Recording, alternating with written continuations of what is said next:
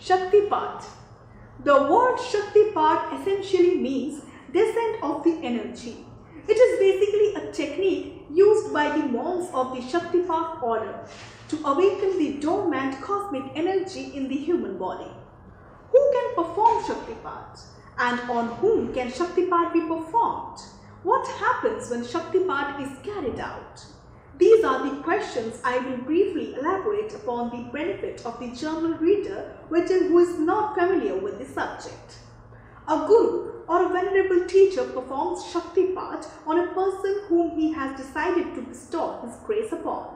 However, a guru cannot be compelled to carry out Shaktipat on a person. For a guru is the manifestation of the supreme divine power in a self-realized human form. Therefore, even if it is done, it will not work. Let me further elaborate on this. A guru can technically exist in human form, although self-realized, because he or she is described to be the medium for divinity on earth, for the benefit of humanity. A guru is basically a gift to humanity from the supreme divinity for their salvation. However, due to technical reasons, from the point of yoga, a guru might still have to be under the laws of yoga so that he or she can continue to remain in human form. Under such conditions, when someone tries to compel the guru to carry out Shaktipat, the supreme divinity itself will not sanction it. Furthermore, all the yoga texts are unanimous in agreeing on the fact that a venerable teacher or a guru is endowed with certain privileges. The reader might be surprised when they read what I have to say on this subject of the privileges conferred on a guru. As per all yoga texts, a guru can save a person even against the wrath of the very supreme divinity. The very supreme divinity has granted this privilege to a guru since time immemorial. However, not even God or the Almighty or the supreme divinity can save a person from the wrath of the guru. Again, as per all yoga texts, a guru has been conferred with this privilege by the very supreme divinity since time immemorial. God cannot be tricked because his absolute existence is only absolute truth, is the cosmos, not free human will, taint upon the color of egoism. Divine free will be, of course, exist when not tainted by the color of egoism. When it is tainted by the color of egoism, it ultimately turns out to be only an illusion. So when a guru performs Shaktipat on a person on whom he decides to bestow his grace or the Almighty decides to bestow his grace upon, the guru is actually acting as a medium for the Almighty in a human form. The guru transfers his own energy to the person and tampers with the dormant supreme force, which again is the very self of the Almighty manifested in a different form. Now, the creation of the Almighty is all said to be undone by the Almighty himself or herself or itself. One can refer to the supreme divinity in whatever earthly terminology one wants. As per certain religions, the Almighty is worshipped in male form as father or paramour. As per certain philosophies or even religions, the supreme divinity is worshipped in female form as the mother. I have no idea about the modern scientists. They might be referring to the divinity as energy without consciousness. Therefore, when a guru tampers with this primordial force in order to swing it back into the reverse mode, he does it either through touch or sight, or through a mantra, or by applying his own divine free will. Sometimes the guru may employ a combination of these techniques depending upon the necessity.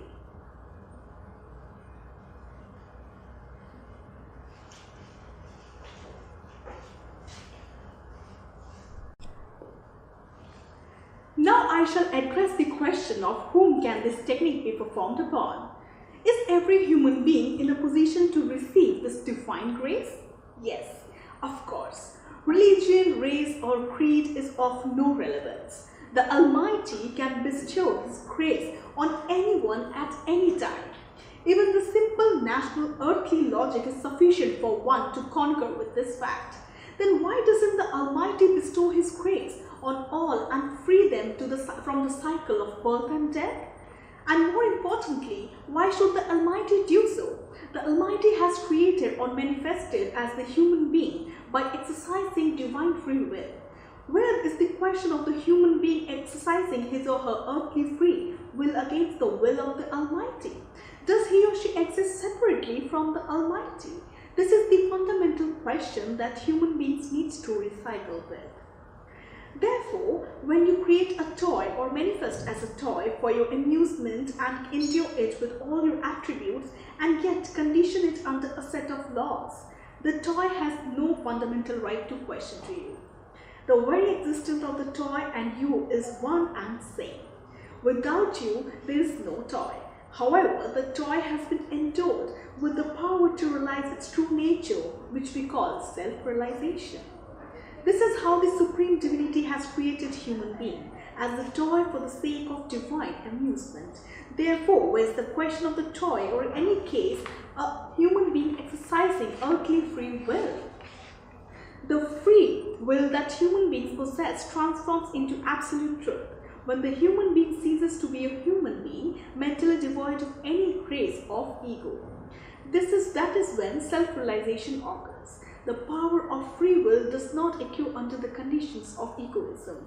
Every human being, in an incarnation of the Almighty, the divinity is enshrined within the heart of every human being. Due to this, the divine free will tries to shine forth through the mind, although tinged with the color of egoism. This is the crucial point to comprehend. Free will is mistakenly understood to be all-powerful, and all the humanity harps on exercising free will, tinged with the color of egoism for pretty earthly gains. No one wishes or even desires to check whether its existence is absolute or illusory in nature. No one wants to even come out of the false sense of freedom provided by the illusion of free will.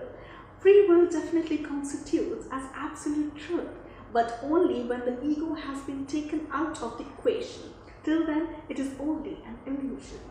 Therefore, a human being cannot question the Almighty as to why His grace is not being showered on all. This is exactly the reason why a guru cannot be compelled to perform Shaktipat. I hope that the reader can make some sense out of what I have written in the above paragraph. It is popularly said that in the Sanskrit scriptures that when a student is ready, the Guru or the Almighty appears instantly. This appears to be normal cosmic principle. No earthly rational explanation can be offered on the count. Take it or leave it. I do not wish to waste time debating a settled discussion. The free will of humans, tingled by the color of egoism, is always readily available to be exercised by anyone. I would now like to shift the focus on the construction of faith in a person. There are many things that we take for granted. We take it for granted that water will quench our thirst. We take it for granted that food will remove our hunger. We take it for granted that fire will provide us with warmth, and so on. Sometimes faith is constructed after experimental verification, and sometimes due to intuition. It is faith regardless of the rationality or irrationality, which is the very fabric of life.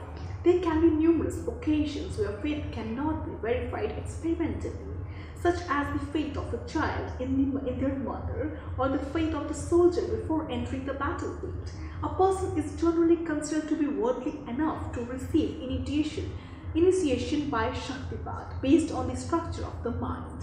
When a person can exercise adequate faith in relation to the Supreme Divinity, he or she can be initiated.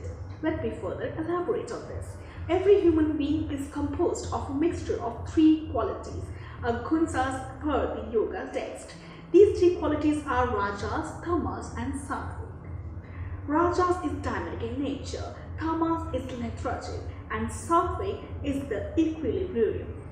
Creation in all forms takes place due to the equality of rajas. Destruction in all forms takes place due to the quality of tamas, and maintenance or sustenance in all forms takes place due to the quality of sattvic.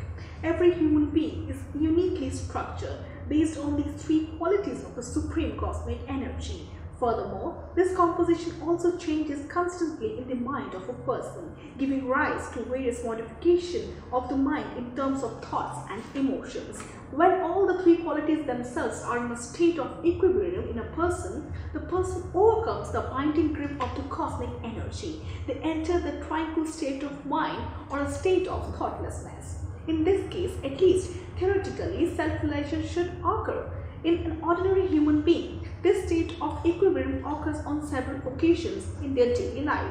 However, it does not last, and the human being also does not recognize what is it when it occurs, just like a gem, which a poor man may not be able to recognize on seeing for the first time. One does not accidentally become aware of the benefit of self-realization. Now, let me go back to the unique composition of three qualities in the mind of a person. Through a systematic religious process or through persistent practice of the yoga system, the mind slowly starts settling down in a state of equilibrium. However, there is no stability in this state as yet. The mind of a person starts swinging from one state to the other rapidly in a very disorderly manner.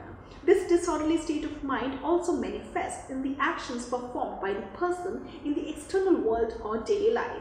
Can the reader imagine this character of such a person?